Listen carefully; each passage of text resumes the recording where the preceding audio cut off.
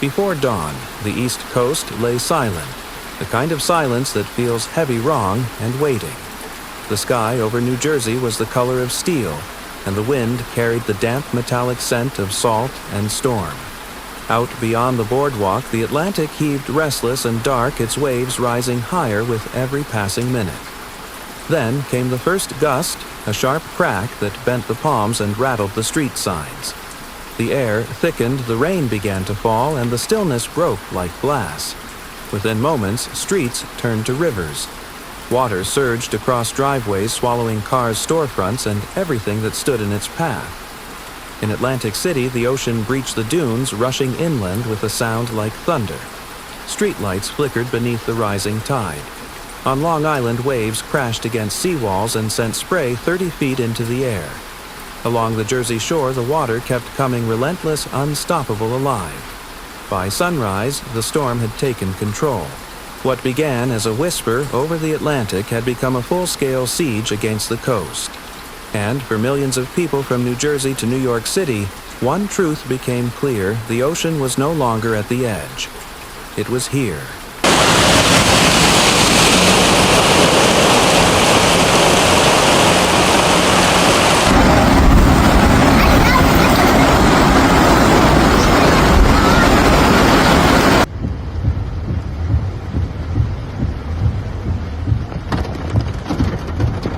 When the nor'easter made landfall, it did so without mercy.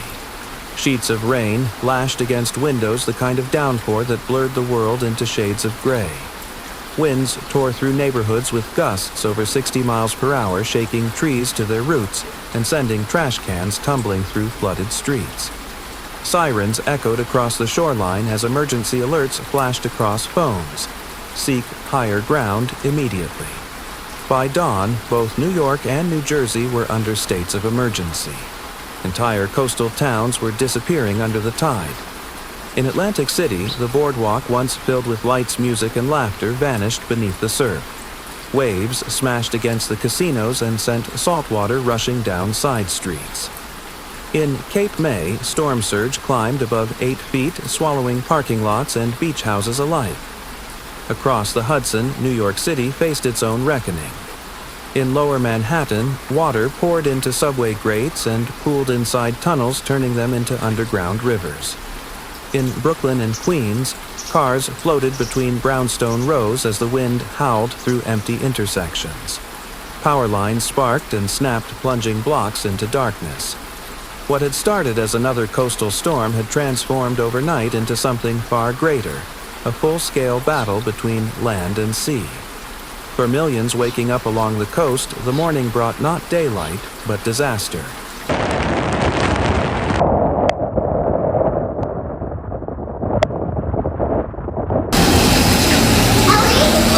Okay, we got a little problem here. All right, sit here. I'm going to pick you up, okay?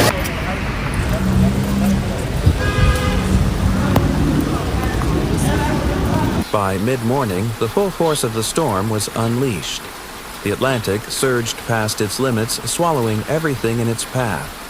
Along the Jersey shore, the dunes that once shielded homes were torn apart in minutes, replaced by a wall of gray water stretching as far as the eye could see. Ocean Avenue disappeared beneath the waves. Street signs trembled, then vanished. In Atlantic City, waves slammed into the casinos, scattering debris across the flooded boardwalk. The lights that once defined the skyline flickered beneath the surface of a restless sea. Highways that connected entire communities were gone. Route 40 and Route 30, critical lifelines for coastal towns, were completely submerged, leaving drivers stranded on overpasses. In Cape May, water rose fast enough to trap families in their attics, forcing rescuers to wade through chest-deep currents to reach them. The National Weather Service warned that the flooding could match or even surpass levels from Superstorm Sandy, a chilling comparison that sent waves of panic through the region. Across the Hudson, the story was no different. On Long Island, neighborhoods in Freeport and Rockville Center were drowning. Power lines snapped, transformers burst into flame, and the air filled with the smell of salt and burning metal. Floodwater poured into basements, shorting out entire blocks. By noon, over 40,000 customers were without electricity. and hundreds of roads were closed. From Delaware to Long Island, the coastline was gone, replaced by a vast moving expanse of water. What used to be streets and sidewalks was now a single, unbroken tide. And above it all, the storm kept growing stronger, as if the Atlantic itself had decided to reclaim the shore.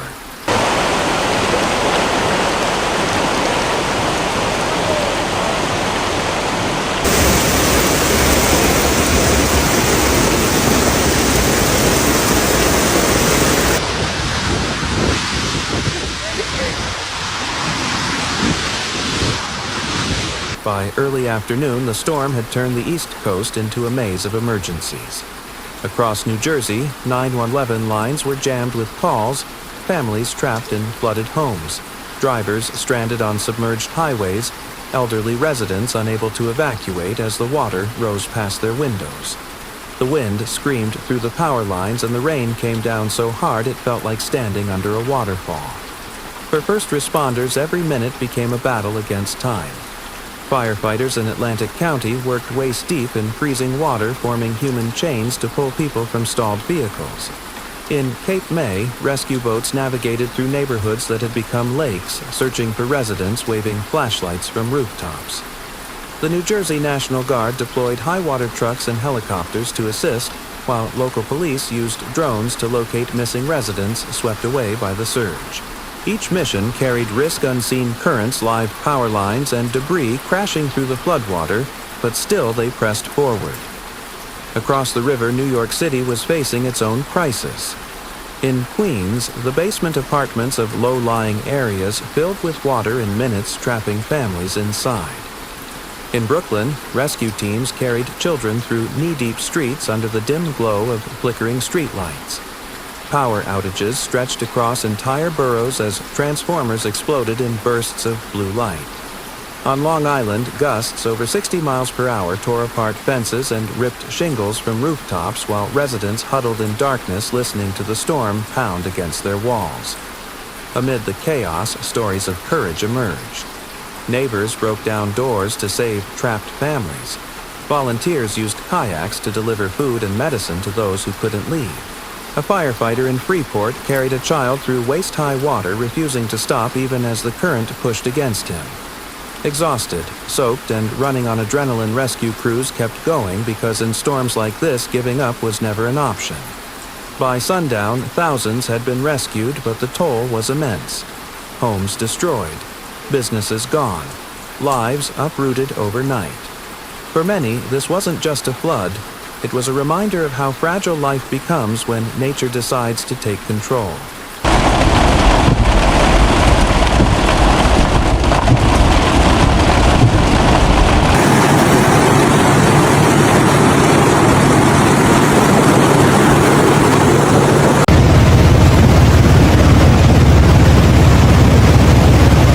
By late afternoon, the nor'easter had grown far beyond a regional disaster. It had become a full-scale assault on the entire eastern seaboard. From Delaware to Connecticut, the storm's grip tightened, stretching its reach across hundreds of miles of coastline.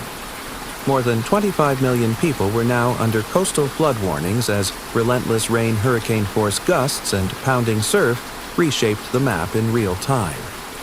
In Delaware, the National Guard was activated as floodwaters consumed towns along the bay. Streets in Bowhours Beach and Rehoboth vanished under several feet of seawater, forcing families to evacuate by boat.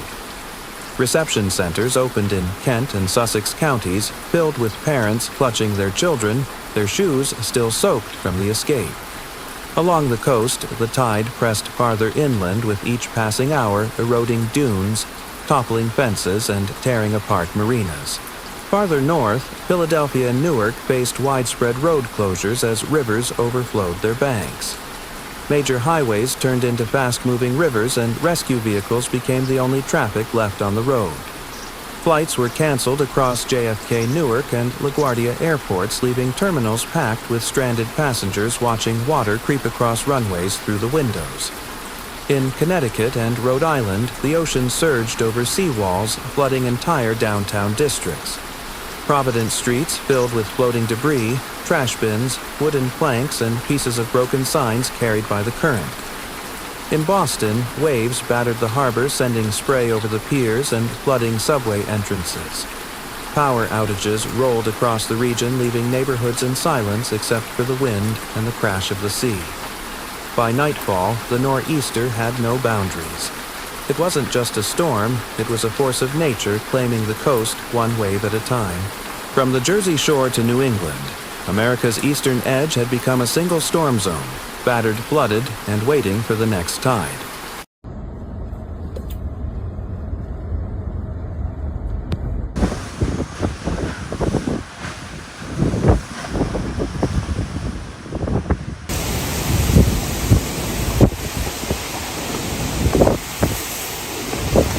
By evening, New York City, the nation's largest and most resilient metropolis, was under siege.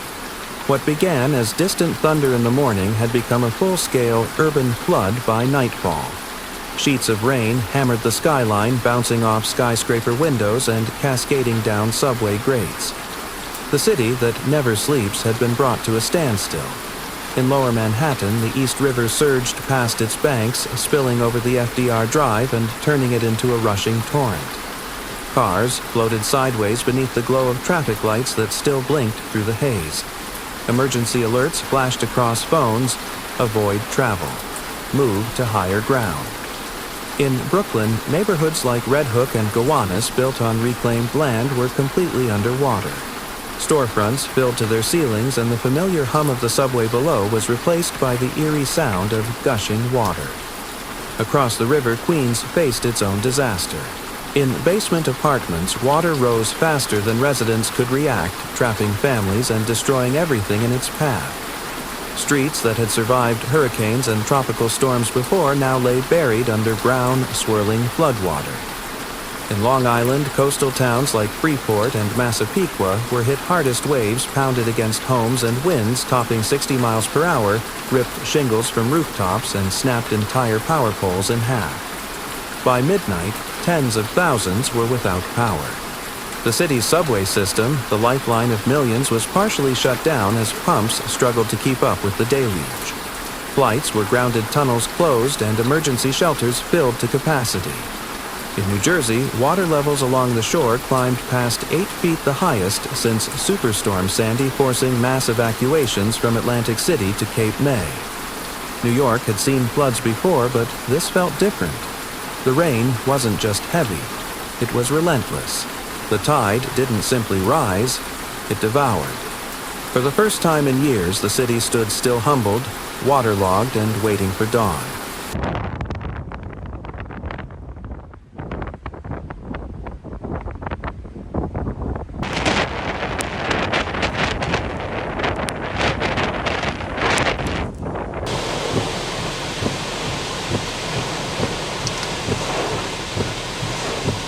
When the rain finally stopped and the skies began to clear, the East Coast looked like a place rewritten by the ocean.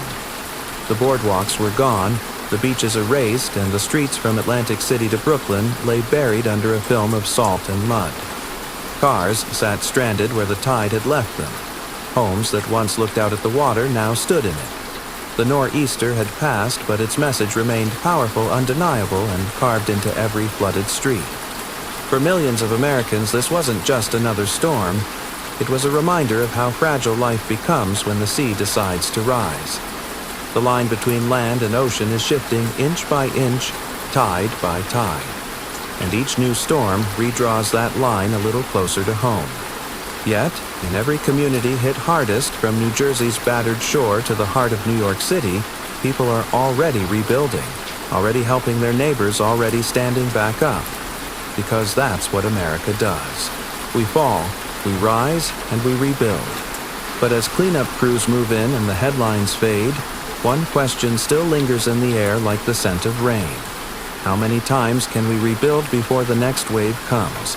If this story moved you, if it made you stop and think about how powerful nature truly is, don't let it end here. Like this video. Share it with someone who needs to see it. Subscribe for more real stories of survival resilience and the untamed power of nature.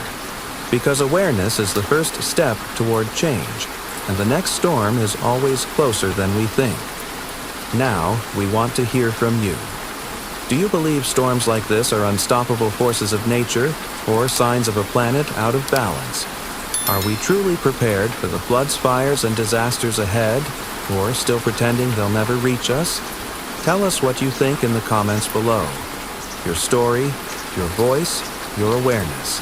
It all matters, because the storm may pass, but its lesson remains.